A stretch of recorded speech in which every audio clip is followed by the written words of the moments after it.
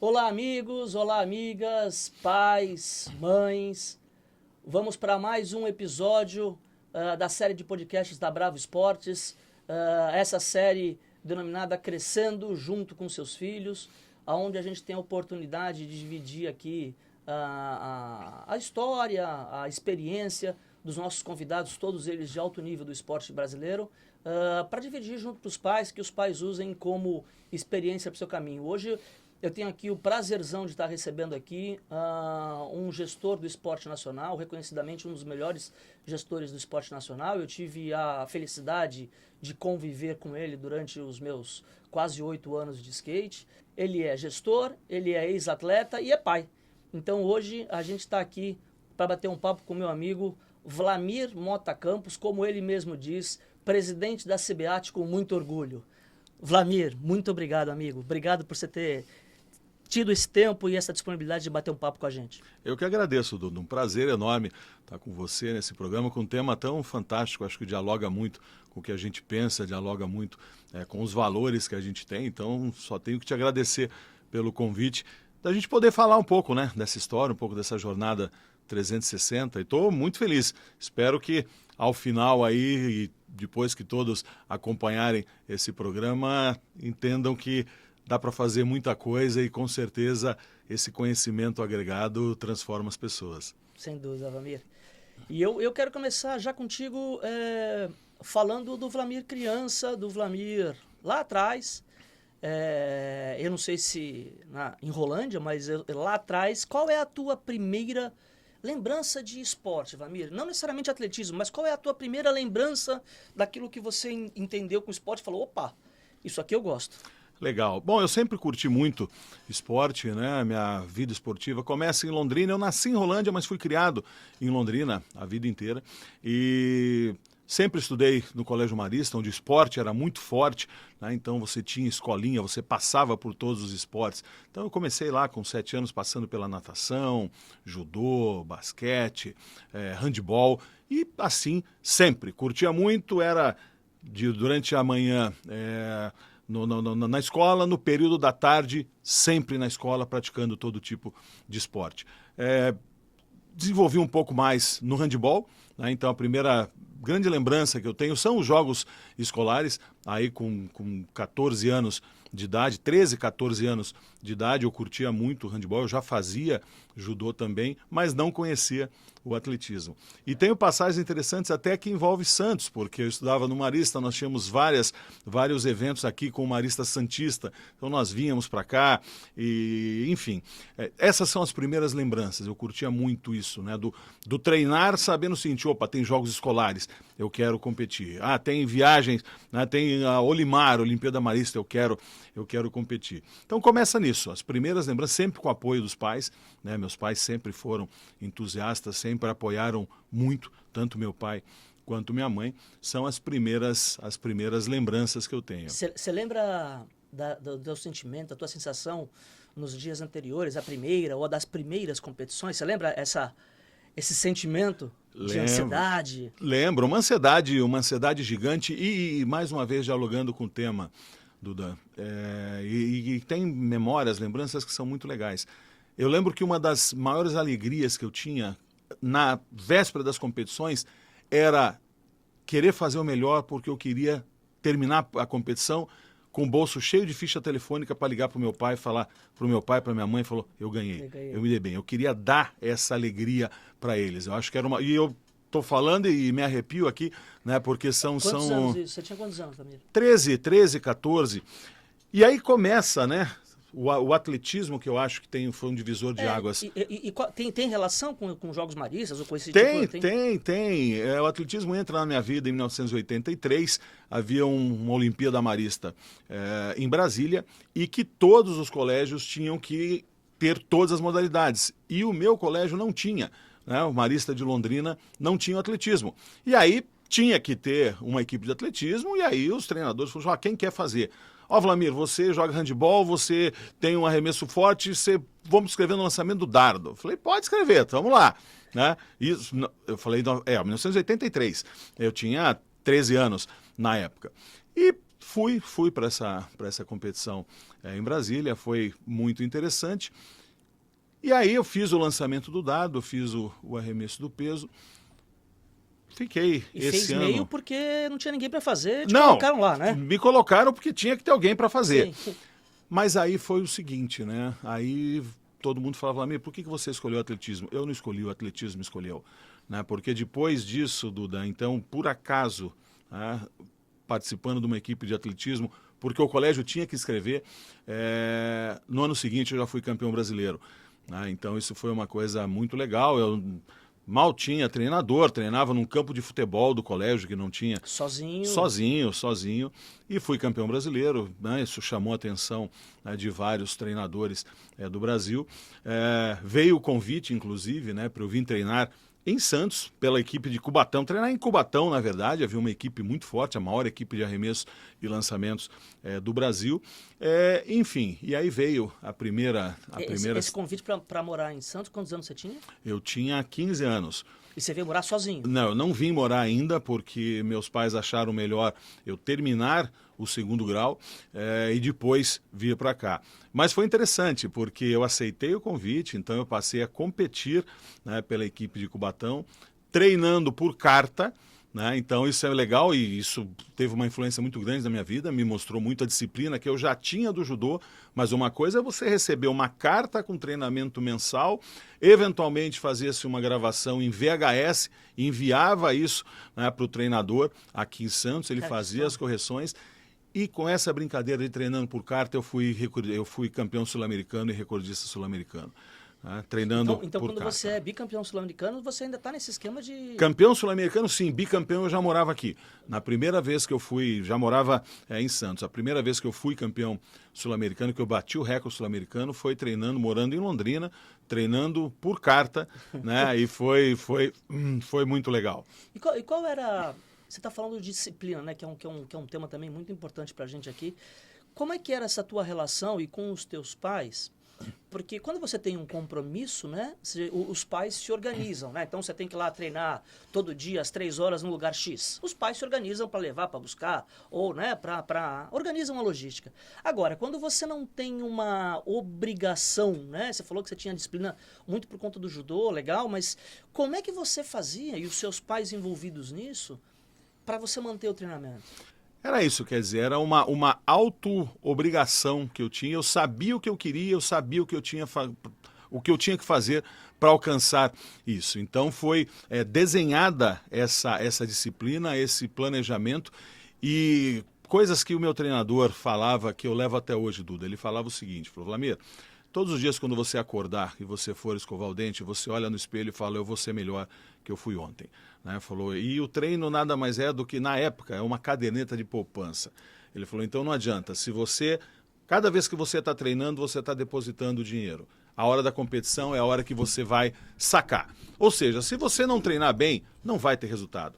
Se você não tiver essa disciplina, se você não entender que você vai treinar com chuva, que você vai treinar com sol, que você vai treinar mesmo não querendo, você não vai chegar a lugar nenhum. Então, desde muito cedo, eu entendi que tinha que ser assim. Então, era uma coisa sua. Seus pais participavam no sentido de já te apoiar, mas era uma coisa sua. Era uma coisa minha, mas com todo apoio, né? Meus pais, tanto meu pai quanto minha mãe, advogados, mas meu pai sempre muito envolvido com o esporte também, sempre curtia muito e tinha muito isso da disciplina. Né? Então, isso é uma coisa que eu jamais vou esquecer. Né? Quer dizer, meu pai me cobrava muito, não impunha, ele cobrava.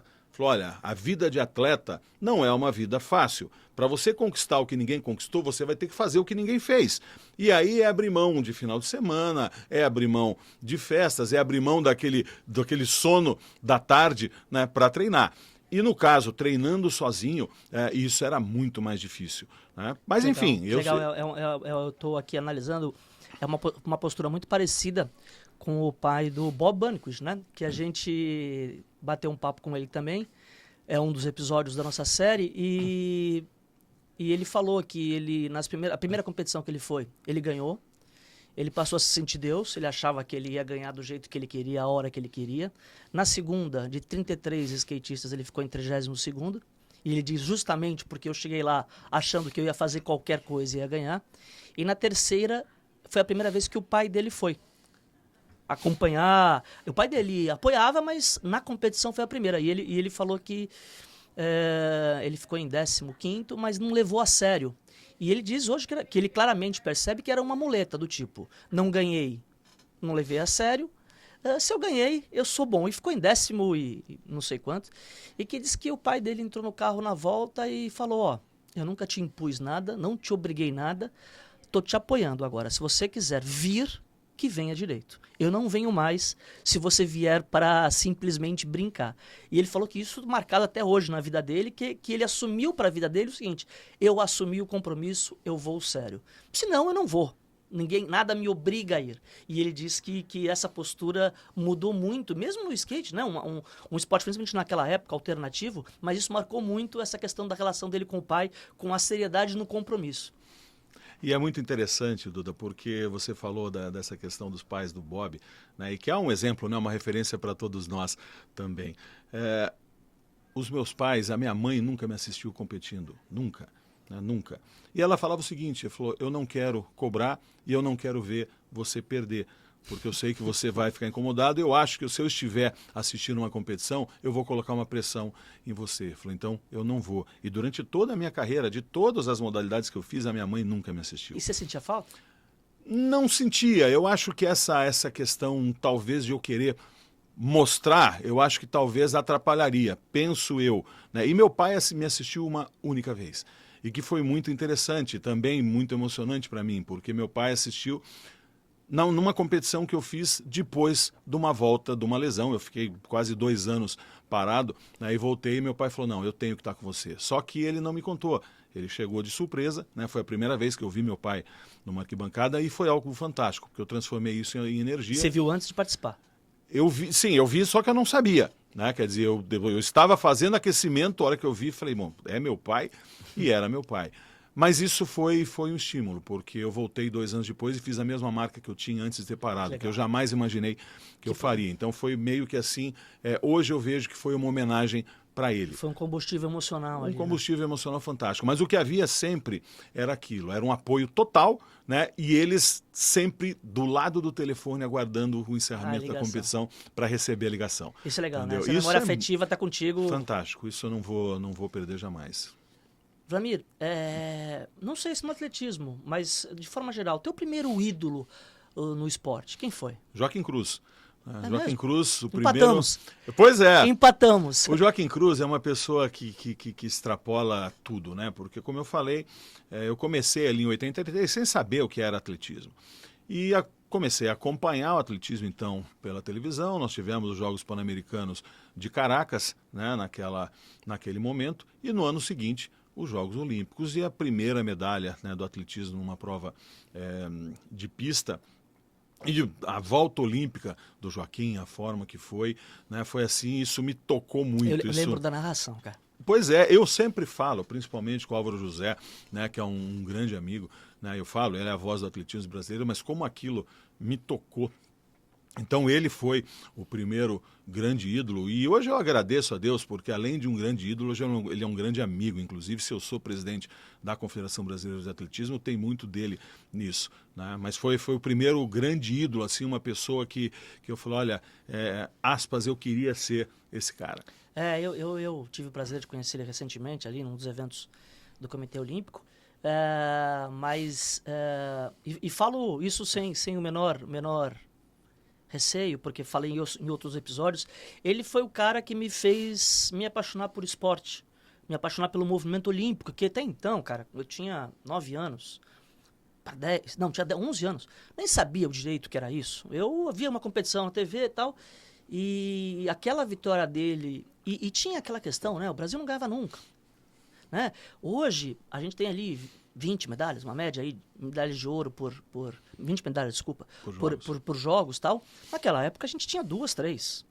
E o fato dele ganhar ouro, e eu lembro bem que o Sebastian Coe, né, era um nome fortíssimo, até então meio que imbatível, eu não sei os dados exatos, mas aquela vitória me trouxe tanta coisa que até hoje eu lembro, e ele foi sim a minha primeira inspiração, minha primeira referência no esporte. Você teve algum outro ídolo de outro esporte, assim, que te Ayrton Senna, né? Ayrton Senna, que sempre inspirou bastante, né? Acho que ainda inspira, né, todos os valores, mas fica por aí mesmo, né? Como no quadro de grandes ídolos, né? Que te fazia acordar domingo de manhã. Com certeza, todo Legal. domingo de manhã. Ô Vamir, você tava falando aí das suas competições, do teu bicampeonato sul-americano.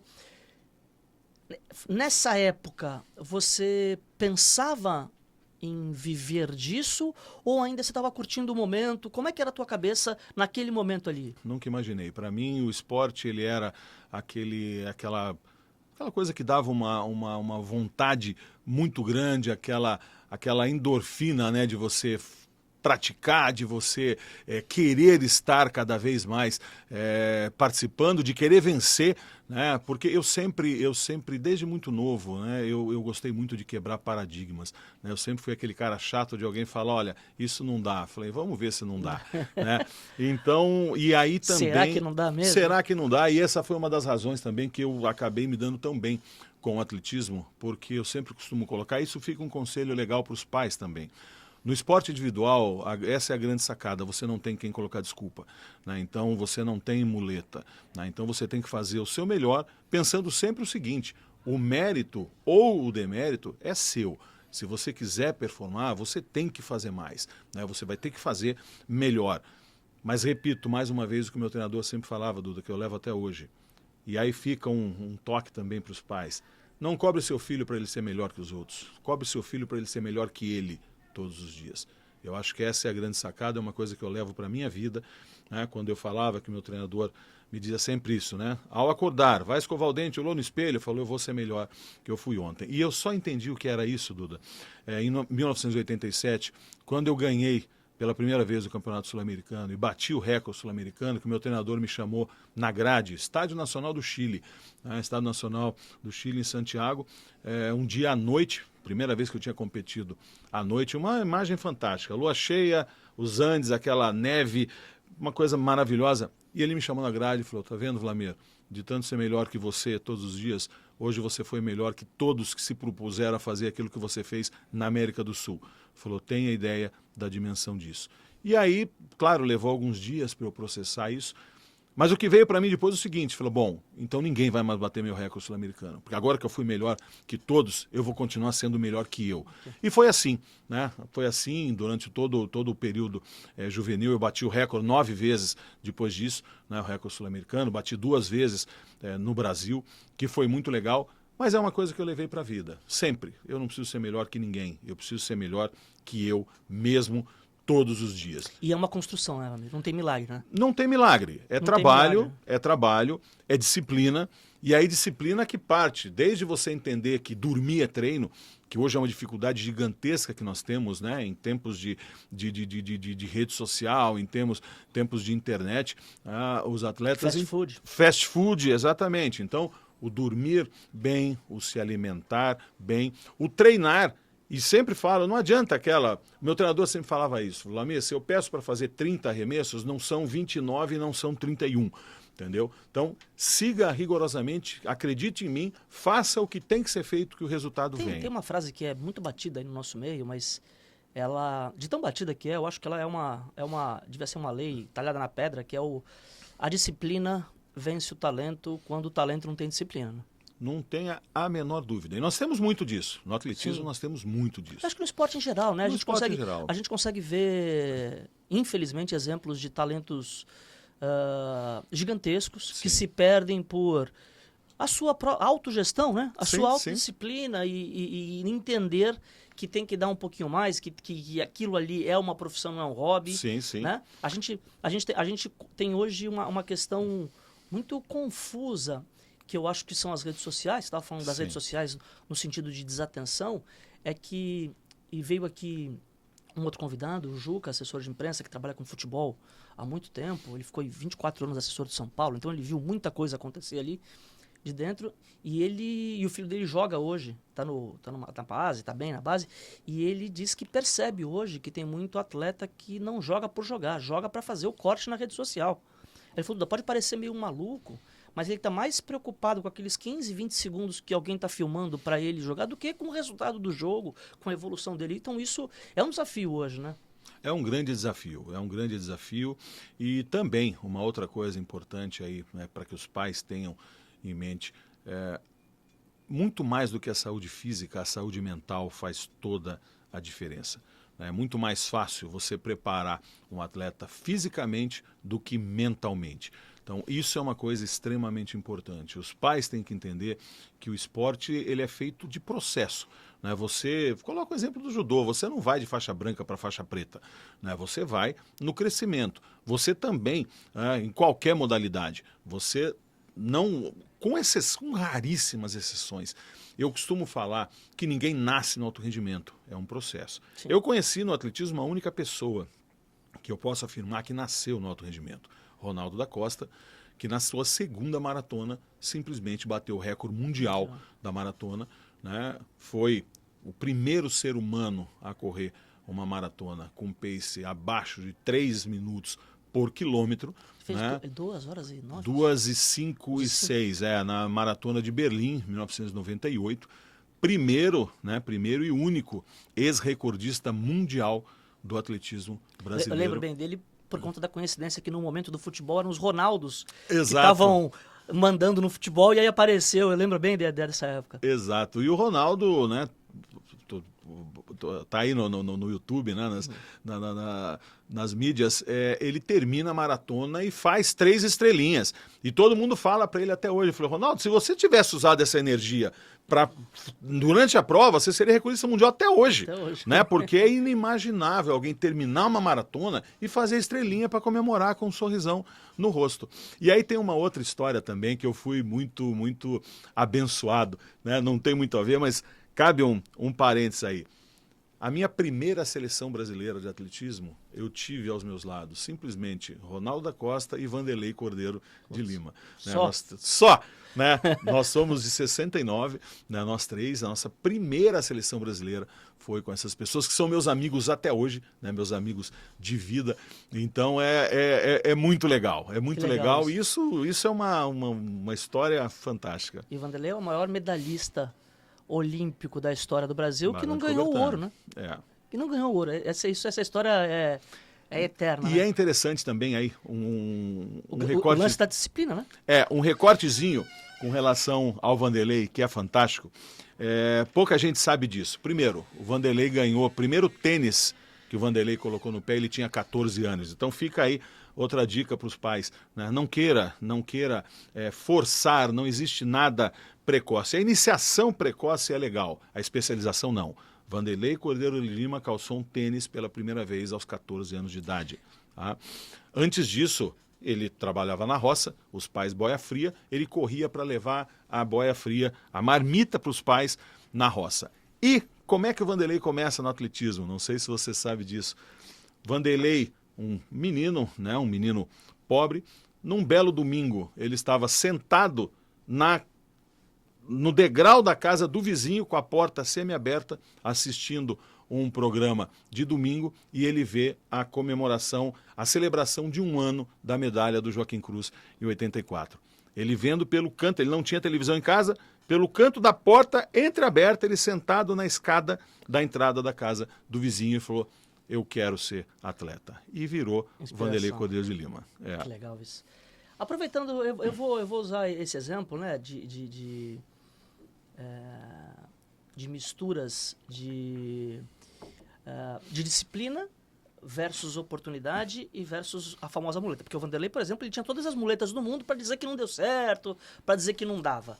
E o cara insistiu, o cara manteve a disciplina e virou, na minha opinião, na opinião dos Jogos Olímpicos, o maior medalhista brasileiro de todos os tempos, mesmo sem ganhar o ouro. Como é que você analisa hoje, você como ex-atleta, gestor da sua modalidade, da modalidade do seu coração, você é gestor da modalidade no Brasil, E com a questão do pai, né? Porque você falou, por exemplo, que os seus pais te apoiavam muito, mas eles evitavam ir nas competições. Imagino que eles não tinham uma relação com os teus técnicos, então, né? Uma relação só cordial, mas não era uma relação... Não era cobrança. Uma relação super respeitosa, mas de absoluta confiança. Como é que você vê isso hoje?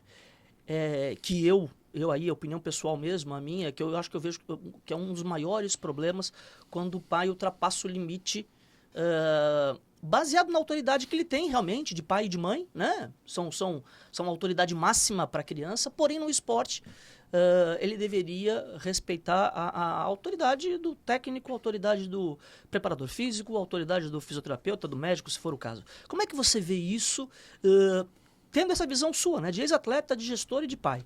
Como é que você vê esse problema hoje? Realmente, é um problema, né? É um problema. Nós trouxemos para a CBAT, para o atletismo brasileiro, em 2021, uma mentalidade muito diferente do que tinha. Porque o atletismo, a confederação, entendia que ela só tinha que atuar no alto rendimento. Eu sempre questionei isso com essa lógica. Falou, mas quem nasce no alto rendimento? E as pessoas me falavam o seguinte, não, Vlamir, você tem que entender que existem separações. A iniciação é papel da escola, a formação é papel dos clubes e federações e confederações entram no alto rendimento. Falei, ok, estamos na Suíça, estamos nos Estados Unidos. Falou, que escola que você tem iniciação? Clubes? Clubes aonde? Né? Então, penso eu que nós devemos oportunizar, né, que a Confederação Brasileira deve trabalhar, sim, na iniciação. Penso que o Brasil, nós temos aí um dos maiores potenciais atléticos do mundo, porém muito pouco oportunizado. Né? A escola hoje é uma atividade, não é uma iniciação esportiva. Né? Exatamente, não, uma atividade onde a educação física nem obrigatória né? E eu ouvi um termo, uma expressão esses tempos, achei interessante, muitos professores de educação física rola bola, né? Quer dizer, então ele simplesmente começa a aula, apita, solta lá e acabou. Cronometra os 50 minutos para acabar. Né? Exatamente. Então, nós criamos dentro da CBAT o Centrinho, o Centro de Formação do Atletismo. Hoje temos 60 núcleos desse em 20 unidades da federação, com o propósito de apresentar o atletismo para crianças a partir de 6 anos de idade. Propósito, mais uma vez, oportunizar, mostrar o atletismo, a iniciação, o Athletics Kids, e com isso os pais entenderem também, é uma oportunidade para o meu filho. Nós temos tempos muito difíceis, porque com YouTubes e redes sociais tem muito pai que se acha treinador. Tem muito pai que, ao invés de acreditar naquele treinamento do seu filho, que é acreditar no treinador, acreditar num processo, acreditar que o atleta não vai performar em todas as competições, ele vai ter os picos, ele acaba dando pitaco, ele acaba orientando o filho porque ele viu alguma coisa na internet. Porque ouviu falar. Ouviu falar, não, olha, porque eu estava lendo aqui a história do Usain Bolt, o Usain Bolt fazia isso. Exato. Isso não existe. Treinamento não é receita de bolo. Né? Treinamento é alguma coisa muito personalizado, o treinador tem que entender, e não é um treinamento que vale para um atleta, mesmo grupo junto, não, você tem que entender, né, esses processos, e muitas vezes os pais não entendem isso. E eu volto até a parte de pai, né, quer dizer, eu fui pai de atletas. Um deles, inclusive, foi de alto rendimento, foi seleção brasileira, foi campeão brasileiro de judô. Mas eu lembro um episódio que me marcou muito, Duda, que nós estávamos na beira do dojo, num campeonato estadual lá no Paraná, e um pai do meu lado, uma luta do filho desse pai com o meu filho, e ele gritando pro filho dele, mata, mata, mata, uma competição de judô, categoria sub-13, e entendeu? O meu filho. O meu filho, quer dizer. E aí, sutilmente, né, cara, eu tive que pegar esse pai pelo pescoço, né? Sutilmente, eu não agredi, eu não bati. Dialogar. Não, mas eu perguntei, falei, o que você tá falando? Entendeu? 13 anos. 13, não tinham 13, era sub-13, tinha acho que 11 anos, os dois. Falei, o que você tá falando? Entendeu? E uma pessoa, professor universitário, com uma bela formação, então não é uma questão cultural. É como você falou, é o extrapolar. Né? Eu passei por uma situação dessa. É um campeonato regional de Santos. Meu filho jogava futebol de salão. E essa imagem é muito marcante. Até citei em outro episódio, mas eu cito quando eu posso porque isso me marcou. Já trabalhava com esporte, já trabalho com esporte há um tempo, então estava lá quieto no meu canto. Um pai estava 4-1 pro time do meu filho. Um pai do outro time com um gol anulado, provavelmente do filho dele, eu não entendi ali. Ele pulou a cerca para tentar bater no juiz. Campeonato Sub-11, Vlamir. Eu imagino, eu não identifiquei, mas a vergonha do filho, a vergonha da situação depois, e quanto isso marcou, né? Ou seja, o cara perdeu completamente a estribeira por um gol anulado, onde seria 4-2, faltava 2 minutos para acabar o jogo, não sei. E eu imagino que exemplo ruim essa criança deve ter ficado, né? A vergonha que essa criança deve ter ficado. Você citou um ponto que é a iniciação e não a especialização, e eu estou linkando aqui com os outros episódios que a gente fez, e numa coincidência, que talvez não seja coincidência, mas 2 profissionais, tanto o médico quanto o fisioterapeuta, tocaram num assunto que no entendimento deles, você orientar o seu filho a praticar várias modalidades seguramente vai trazer benefícios para a modalidade que ele escolher, independente dela qual ser. Você falou aqui, né? Você iniciou em várias, né? Até então, na tua cabeça lá atrás era handebol. E de repente caiu no atletismo. O que você acha disso? Como é que você vê isso? Não, eu acho que é por aí. Eu acho que você tem que... Eu indico sempre aos pais. Coloque o seu filho desde as primeiras, né? Desde da primeira idade a praticar esporte. Primeiro, esporte é a maior ferramenta de inclusão e transformação social que pode existir. O atletismo é o esporte base, né? E por isso que eu acho que encanta tanto. O correr, o saltar, o lançar é inerente do ser humano. A criança, quando começa a andar, né, e os pais curtindo, e joga uma chupeta, ele está lançando. Então, a iniciação precoce é importante em todas as modalidades. E isso é um outro ponto importante para os pais. Não obrigue o teu filho a gostar do seu esporte, né? Oportunize para que ele passe por todos os esportes. E claro, se você tiver a possibilidade de esportes que vão trabalhar num primeiro momento maior volume de grupos musculares, eu falo aí, bom, a natação é um primeiro esporte gigante. Claro que nós temos uma dificuldade estrutural no nosso país, então não é fácil você falar em natação para todos. O judô é um esporte fantástico para a disciplina. Disciplina, aqui, ó. Eu digo judô, mas digo outras modalidades de luta também, mas o judô, ele é fantástico. E ele te prepara para a vida e te prepara para outros esportes. O futebol é muito legal do ponto de vista de todas as habilidades que você tem que ter. Por outro lado, nós temos problemas com ídolos que não são ídolos no futebol, e aí você vê crianças muito novas, cheio de marra, questão com aspas, né, valores que não são positivos nem para a vida, nem para o esporte. É o ponto da rede social que a gente estava falando. É o ponto da rede social. Mas então, o passar por todos os esportes é fantástico, mas sempre deixando claro, né, permita o seu filho escolher. Né? Oportunize ao seu filho, mas permita que ele escolha o que ele quer fazer e não o que você quer que ele faça, né? Porque isso não é legal. Vlamir, mais uma vez tentando pegar a tua experiência 360 e tentar te pegar numa contradiçãozinha, que é que eu pego meus convidados nesse ponto. Na sua área, na sua experiência, eu vou te dar a minha opinião e você fica, obviamente, à vontade para dizer. Eu acho que há um tempo atrás, falando de 15, 20 anos, no esporte, absolutamente todos os sentimentos dos atletas iniciantes ou profissionais eram frescura, absolutamente tudo era frescura. Eu acho que a gente passou por uma fase onde absolutamente tudo era diagnóstico, e acho que agora a gente está chegando num ponto mais central dessa questão. Como balancear, e aí como pai, tá? Né? Nosso objetivo aqui da série é falar com os pais. Então, como pai, como entender a questão da manha, da firula, da preguiça, com a questão da pressão exagerada? Porque esporte em alto rendimento é pressão, né? A gente não dá para a gente dizer ao contrário, né? Porque as pessoas falam da sanidade mental dos atletas e temos que falar mesmo, temos vários exemplos aí acontecendo.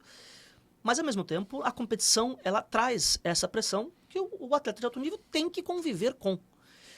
Mas, na idade ali, né, 14, 15, 13, 16 anos, como fazer essa régua? Qual é a dica que você dá para os pais para que a gente tenha essa régua? Sim, não é fácil, né? Realmente não é fácil, mas como eu falei no início, né? Se você quer ser atleta, você tem que abrir mão de muitas coisas.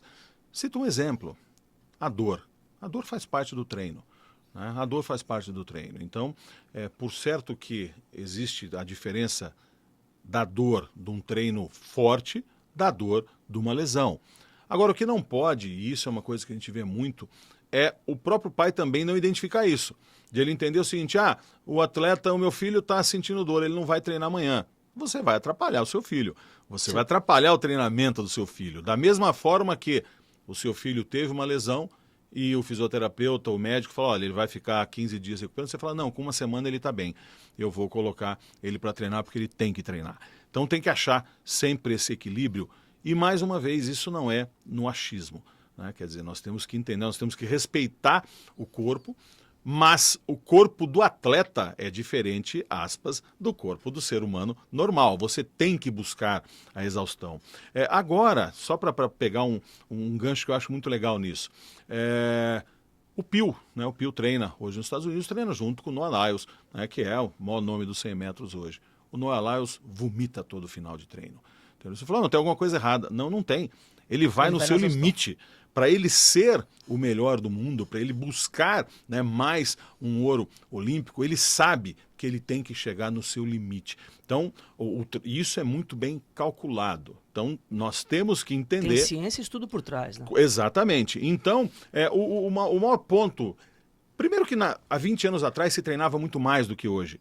Né? No meu período de atleta, treinava-se muito mais porque você tinha menos ciência. Hoje você tem mais ciência, você tem mais equipamentos, você tem mais formas de mensurar, de avaliar tudo isso. Então isso é extremamente importante. Né? Treinar com qualidade e não você treinar 10 horas por dia, porque você vai acabar fadigando, você vai ter microlesões. Eu vi uma matéria recente, eu infelizmente não vou lembrar dos números. Vou tentar trazer isso depois, porque eu acho interessante, mas eu vi uma diferença entre César Cielo e Bruno Fratos, que não são muito diferentes, são gerações diferentes, mas sim, não tem muita distância. A diferença de quilometragem, de piscina, de quantidade do Cielo para o Fratos é gigantesca, justamente por isso, né? Entendeu-se como melhorar o treinamento, né? Com certeza, e hoje é isso, você treina... Não que você treina pouco, você treina menos, mas você treina de forma mais eficiente. Mais intensa, talvez. Mais intensa. E aí, papel dos pais também é cuidar desse fora da quadra, fora da piscina, fora da pista, fora do campo. Insistir sim, aspas, ser chato com seu filho, com a sua filha, para que ele durma cedo, para que ele se alimente bem.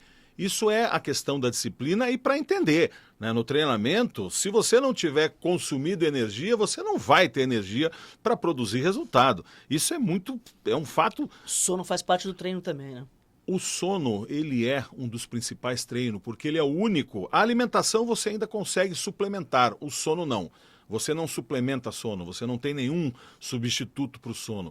E muito pelo contrário, né? Se você não dormir bem, você não vai performar e a possibilidade de você lesionar é muito grande. A possibilidade de você se estressar, de você ter algum transtorno psicológico é muito grande. E você vai se cobrar cada vez mais. E aí vem, né, muitas vezes a depressão, as frustrações também por conta disso. Então, hoje eu acho que é o maior desafio dos pais e eu digo, nesse ponto você tem que radicalizar. Né? Você tem que tirar o celular, você tem que tirar a internet, porque isso é uma das poucas coisas que você, pai, pode fazer independente do treinador. Né? O treinador, o técnico, ele não está na casa para entender como seu filho está se comportando, sua filha, fora do treinamento. Mas você tem que entender que essa é uma das partes mais importantes do treinamento, que é a questão da disciplina, a questão do sono, a questão da alimentação. Você tocou num ponto importante que aí a gente leva para a questão do relacionamento entre pais e treinadores. Né? Que embora também é uma palavra muito batida, mas ela é a única que me vem na cabeça, que é a questão da parceria entre eles. Né? Onde cada um tem o seu papel muito bem claro ali. E o problema é quando um quer passar o limite do outro. Como é que você imagina no esporte individual, que é da onde você vem, essa relação como é que deve ser, como é que você imagina o mundo ideal da relação entre pais e treinadores? Eu acho que tem que ser, primeiro e antes de mais nada, uma relação respeitosa. A partir do momento que você encaminhou seu filho para aquele esporte e ele está sob a responsabilidade daquele treinador, você tem que acreditar e confiar. Primeira coisa, se você não confie, leve para outro, né? Não desrespeite esse treinador. Também, por favor, se você não confie, não procure treinos alternativos, né, em YouTube e tudo mais, porque além de desrespeitar o seu treinador, você vai colocar uma dúvida muito grande no seu filho. E se o seu filho não confiar no treinador, ele jamais vai performar, né? Então você já começa contribuindo negativamente para o sucesso do seu filho. O seu filho tem que entender que ninguém quer que ele seja mais vitorioso do que o treinador dele. Por mais que você fala, pai, eu quero que meu filho... Ninguém quer mais que eu. Não, o treinador do seu filho quer, porque o sucesso do treinador está baseado no sucesso do atleta. Tá? Então, esse é o primeiro ponto. A partir do momento que você desmistifica isso, que você coloca na sua cabeça, quando você acha, ninguém quer mais que eu. Não, o treinador quer. Porque o êxito do treinador é simplesmente o êxito do atleta, não existe outro. Entendendo que no Brasil a maioria dos treinadores, o treinador profissional de educação física já infelizmente desvalorizado, né, mal remunerado, com mil dificuldades estruturais. Né? Então, pode ter certeza, ninguém quer que seu filho performe mais do que o treinador. Então, acredite nele. Se você tem se você não gosta do método, ou se você tem alguma dificuldade, algum problema, procure outro.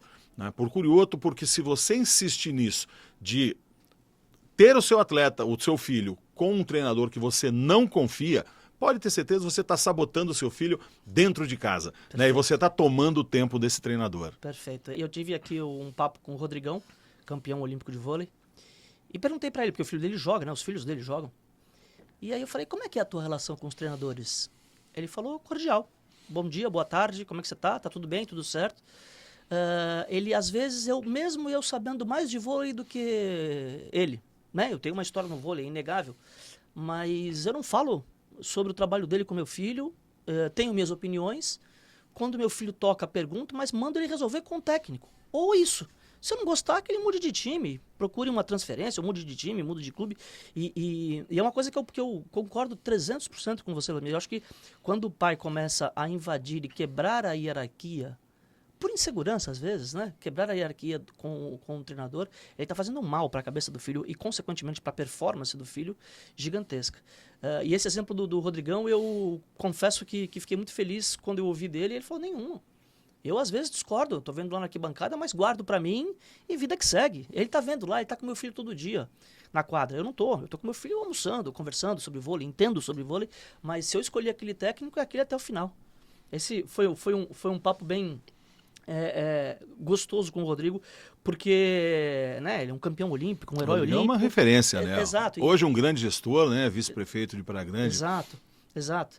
Conversei muito com ele sobre isso. E, Vamir, a gente pincelou aqui o papel da confederação na tua opinião de, sim, a confederação tem que ir um pouquinho lá para baixo. Como é que você vê, aí de forma geral, não da confederação, você que é um cara que há muito tempo tem no movimento olímpico, como é que você vê a questão da formação, da base do esporte brasileiro, com essas dificuldades, né? Da gente tendo muitas vezes famílias e famílias colocando na pressão no garoto do bem-estar da família, às vezes até do sustento da família, versus essa necessidade que pra gente tecnicamente é muito clara de construção de carreira. E quando você coloca essa pressão, obviamente a chance de você queimar etapas é gigante, né? Porque você o teu filho precisa performar e precisa trazer dinheiro para casa. Como é que você vê isso no esporte brasileiro em geral, não só no atletismo? Então, hoje nós temos uma situação muito melhor do que há 20 anos, né? Há 30 anos. Hoje nós temos aí o programa Bolsa Atleta, que você começa lá no Bolsa Atleta escolar, né? E você vai até a Bolsa Olímpica, hoje em torno aí de R$17 mil. Então, e aí, para nossa alegria, com muito trabalho também, o atletismo é o esporte mais beneficiado, né, pela Bolsa Atleta, mais de 10% das Bolsa Atletas, estamos falando em 1.000 e poucos atletas do atletismo são beneficiados. Mas eu estou falando do Bolsa Atleta porque aí vem o processo. Né? Quer dizer, a partir do momento que o atleta começa a performar ali no escolar, com 14 anos de idade, ele já acessa uma bolsa do governo federal. Se ele continuar performando, ele vai para uma bolsa nacional, ele vai para uma bolsa internacional, é um processo. Estou falando apenas de bolsa do governo federal. Tem as municipais e as estaduais. A maioria dos estados já tem as bolsas. Então, é um processo que os pais têm que entender. Né? Você não vai da bolsa escolar para a bolsa olímpica da noite para o dia. É um processo. Por outro lado, o pai ele é ansioso por natureza, né? Quer dizer, a gente tem muita dificuldade de entender esse processo. Mas eu costumo falar para os pais para que entendam que o processo de formação do atleta é como o processo acadêmico. Você não vai, né, do primeiro grau para a faculdade. Então, entenda que tudo tem, o step by step, o passo a passo, você tem que estimular o seu filho e entender que essa evolução ela é progressiva e você tem que acompanhar todos os momentos, sem cobrança. Você tem que sim se colocar ao lado do seu filho. Tente se colocar como alguém da equipe do seu filho. É o que eu sempre falo. A gente fala, né? O atleta... Crescendo junto com seus filhos. Crescendo junto com seus filhos, mas crescendo lado a lado com seus filhos, fazendo parte da equipe. Então, se coloque muitas vezes como alguém da equipe do seu filho. Saia um pouco, tente tirar essa situação do pai protetor, do pai que cobra, do pai que, aspas, né, se coloca como meu filho vai fazer o que eu quero. Talvez não. Né? Talvez você precise de informações com profissionais para entender que você pode somar com seu filho de outra forma. Então, tente se colocar buscando fazer parte da equipe do seu filho. E entendendo, repito mais uma vez, é um processo. Uma coisa que a gente faz, Duda, que eu tenho muito orgulho também desde que a gente assumiu a CBAT 2021. Todos os nossos eventos, todos os campeonatos brasileiros, Norte e Nordeste, a partir do Sub-16, são transmitidos ao vivo, gratuito, pela TV Atletismo Brasil. Por que isso? Porque eu quero que os pais consigam ver seus filhos competindo, para entender o que é, para entender a importância, para entender que num Brasil com mais de 200 milhões de habitantes, se seu filho chegou em 8º lugar num campeonato brasileiro, ele é um gigante e vai depender dele e do seu apoio para que ele chegue num pódio. Mas entenda, nós vivemos num dos maiores países do mundo, então não tem essa. Nós temos a cultura no Brasil que o segundo é o primeiro do último. Isso não é verdade. Não é verdade. Né? Não é verdade. Então pense sempre, quantos atletas se propuseram a fazer o que o seu filho faz? Ah, mas meu filho no brasileiro foi 20º. O fato de ele estar num campeonato brasileiro já faz dele gigante. Então, apoie e entenda esse processo. Então, primeira coisa, isso, transmissão, porque é uma coisa que eu falo, que eu trago da minha experiência. Então, meus pais não queriam estar na pista, mas será que se fosse transmitido ele não estaria assistindo? Eu acho que sim. Né? Então, isso tem dado muito certo e as transmissões vêm crescendo cada vez mais, é muito legal. Outra coisa, trazendo os campeonatos, o máximo de campeonatos internacionais para o Brasil. Por quê? Porque nós temos muitos atletas nossos, atletas olímpicos, que os pais nunca viram o atleta competindo. E a gente está mudando isso, que também é muito legal. Por quê? Porque eu quero, e aí como pai, que o pai sinta aquela emoção de ver o seu filho subindo um pódio, de ver o seu filho com o uniforme de uma seleção. Lutando entre os melhores do mundo ali. Porque o mérito é seu também. Sim. Isso é muito legal. Então, essa conexão é extremamente importante. Mas o principal toque é isso, que o pai e a mãe se coloquem como membro da equipe desse filho atleta. Você não tem que proteger o seu filho dos outros. Você tem que somar, você tem que colocar toda a energia positiva para ajudar, no caso do atletismo, esse seu filho para ele ganhar 1 centímetro a mais, para ele correr 1/100º mais rápido. Ele precisa dessa energia. Não coloque isso como peso. A proteção às vezes está em deixar ele ir também? Como? A proteção dos pais às vezes está em deixar ele ir, e deixar quebrar a cabeça, deixar errar. Mais uma vez, vamos lá. Experiência do judô que eu trago para a vida. Primeira coisa que você aprende no judô é a cair. Isso é muito simples, cara, porque você tem que... É na queda que você levanta e vai para a próxima. Então, a vida... outra máxima, né? O esporte imita a vida, é verdade. Você não vai ganhar sempre, uma hora você vai perder e a derrota faz parte. A derrota é extremamente importante, a derrota também faz parte do processo. De formação, sem dúvida. Eu falo, né, como atleta do atletismo, e aí não é arrogância não, mas eu perdi muito pouco, né? Eu perdi muito pouco porque eu me esforçava ao máximo, mas uma coisa, bom, sou campeão sul-americano, eu sou o cara. Eu nunca me achei o cara, porque eu sabia que nível mundial era complicado. Então, para você chegar num campeonato mundial e fazer uma final, é uma coisa maravilhosa. Mas você tem que curtir isso. Então, a grande sacada é você aprender com as derrotas. E aí eu sempre falo também esse conceito de derrota, né? Toda o encontro com as nossas seleções, a gente faz um media training e eu falo com eles. Falou, gente, eu não estou colocando pressão. Eu quero que você faça o seu PB, o seu personal best, a sua melhor marca. Se o seu PB o colocar no 8º lugar, eu estou feliz com você. Se você ganhar ouro e não fizer uma marca boa, cara, ok, a medalha foi boa, mas não se conforme com isso. Porque você tem que ser melhor que você. Se você vai numa competição fraca e é campeão, cara, esqueça. Pense que você tem que nivelar sempre sobre você. É você ser melhor que você todos os dias. E tem dado certo. Eu acho que essa é a grande sacada. Os pais entenderem que os filhos não têm que ser melhor que os outros. Tem que ser melhor que eles todos os dias, porque a vida é assim. Né? E outro ponto importante para os pais entenderem também, sacarem. Não existe mérito no esporte sem educação. O esporte tem que ser utilizado como uma ferramenta de inclusão e transformação social que é. Hoje sobram bolsas de estudo nas universidades para atletas. Então, invista no seu filho. Invista no seu filho porque, com certeza, esse investimento na carreira esportiva dele é muito menor do que o investimento que você teria que fazer para ele estar numa universidade. A vida atlética, ela é curta. Você tem que entender que as bolsas acabam e a bolsa no dia seguinte você não tem nada. Sim. Não tem uma aposentadoria, não tem nenhum tipo de indenização. Então, invista na carreira esportiva do seu filho, tendo como foco uma porta de entrada da universidade. Tá? Essa é a grande sacada. Até porque, né, Vlamir, a gente fala muito da questão da dificuldade de você chegar e viver do esporte.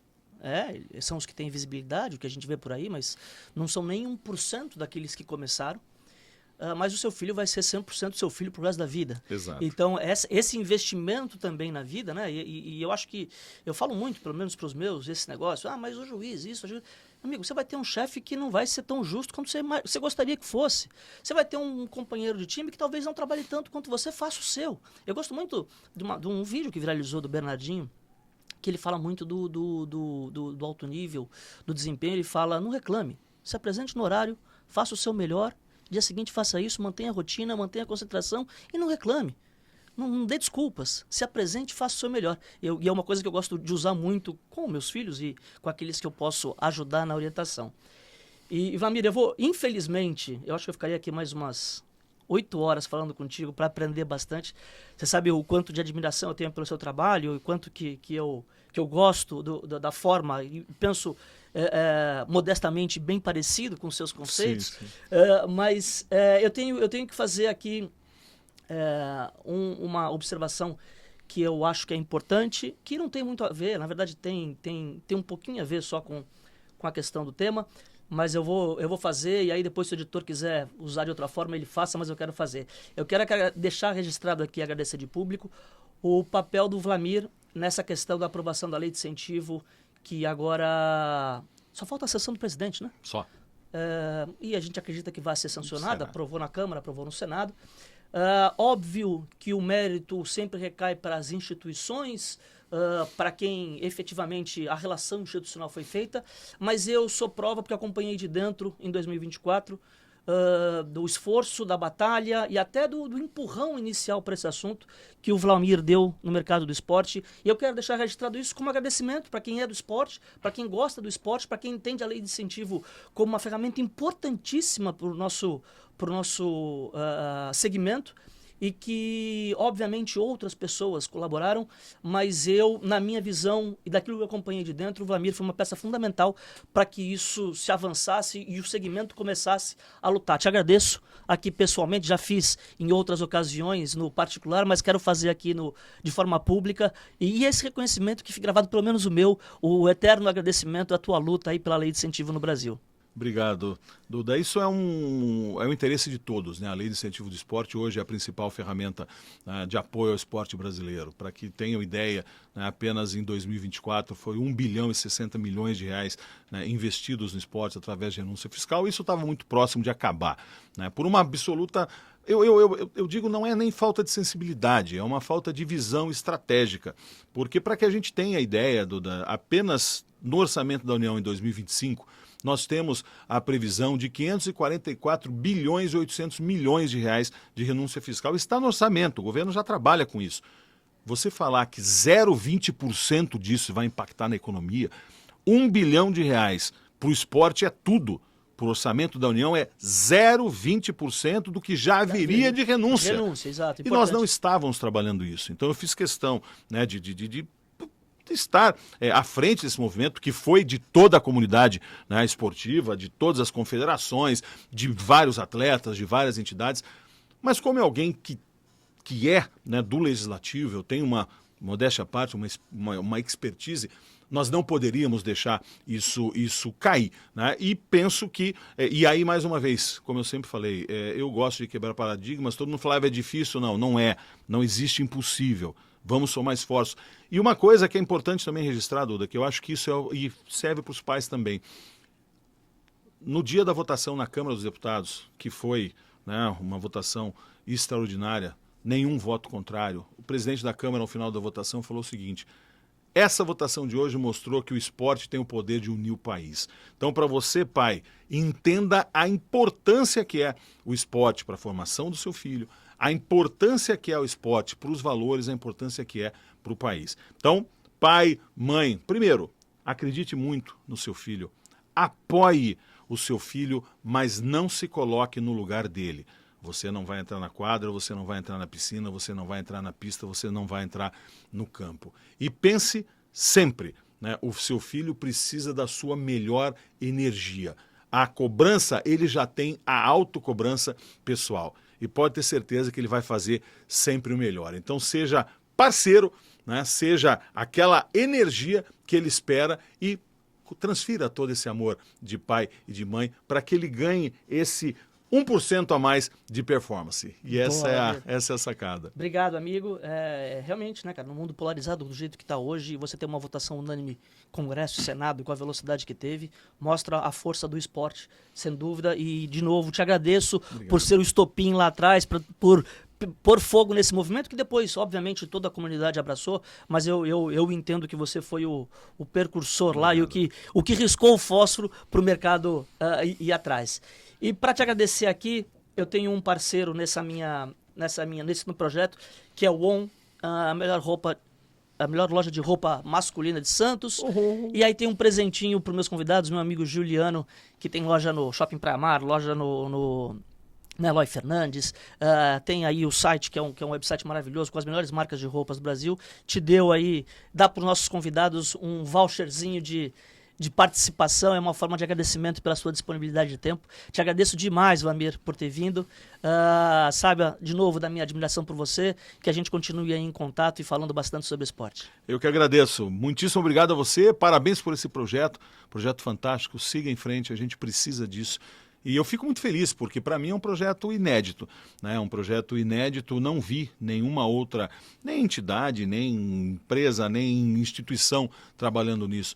É super importante a gente pensar do outro lado, né? A gente pensar dos anseios, das frustrações, das expectativas dos pais e como isso pode impactar positivamente ou negativamente na carreira do atleta. Então, parabéns, Duda, parabéns pela iniciativa e parabéns também por toda a tua jornada. Você fez parte dessa transformação do skate brasileiro e devemos muito a você. Obrigado, muito obrigado, Vlamir. Obrigado mesmo. Estou muito feliz pela presença do Vlamir hoje e acho que ele consegue nos ajudar bastante com a sua experiência pessoal, como atleta e também como gestor, nesse nosso objetivo de dar caminhos, orientações para os pais daquelas crianças e adolescentes que estão chegando no esporte. Obrigado, até o próximo episódio, um grande abraço.